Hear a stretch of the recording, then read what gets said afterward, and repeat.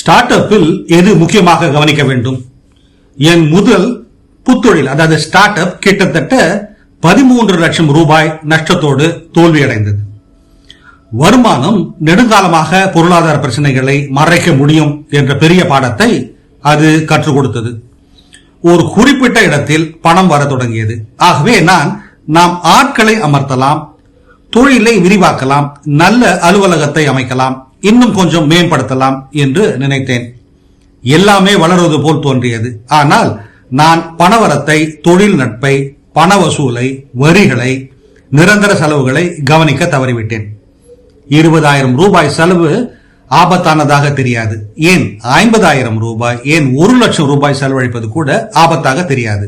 ஆனால் மாதம் மாதம் இப்படி செலவுகள் சேர்வது கடைசியில் அரக்கன் போல் தோன்றும். ஆர்வை குறைவினால் புத்தொழில் ஸ்டார்ட் அப் தோல்வி அடைவதில்லை. வாடிக்கையாளர்கள் இல்லாததால் தோல்வி அடைவதும் இல்லை.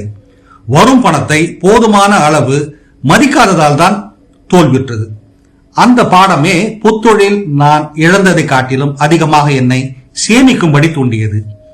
என்னை போன்ற தொழில் முனைவோரிடம் பேசிக் கொண்டிருந்த பொழுது இப்போது வெற்றிகரமாக செயல்பட்டாலும் ஆரம்பத்தில் அவர்களுக்கும் இதே அனுபவம் இருந்தது தெரிய வந்தது.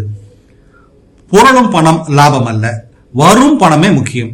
பணத்தை செலவழித்ததால் வரவு வந்ததாக வேண்டும். புத்தொழில் ஏன் தோல்வி அடைகிறது என்பது குறித்து ஜெயாசக்தி கண்ணன் இப்படி கூறுகிறார். இது போன்ற சிந்தனைகளை தவறவிடாதிருக்க தமிழ் பூமர் அபிஷியல் சேனலை சப்ஸ்கிரைப் செய்யுங்கள்.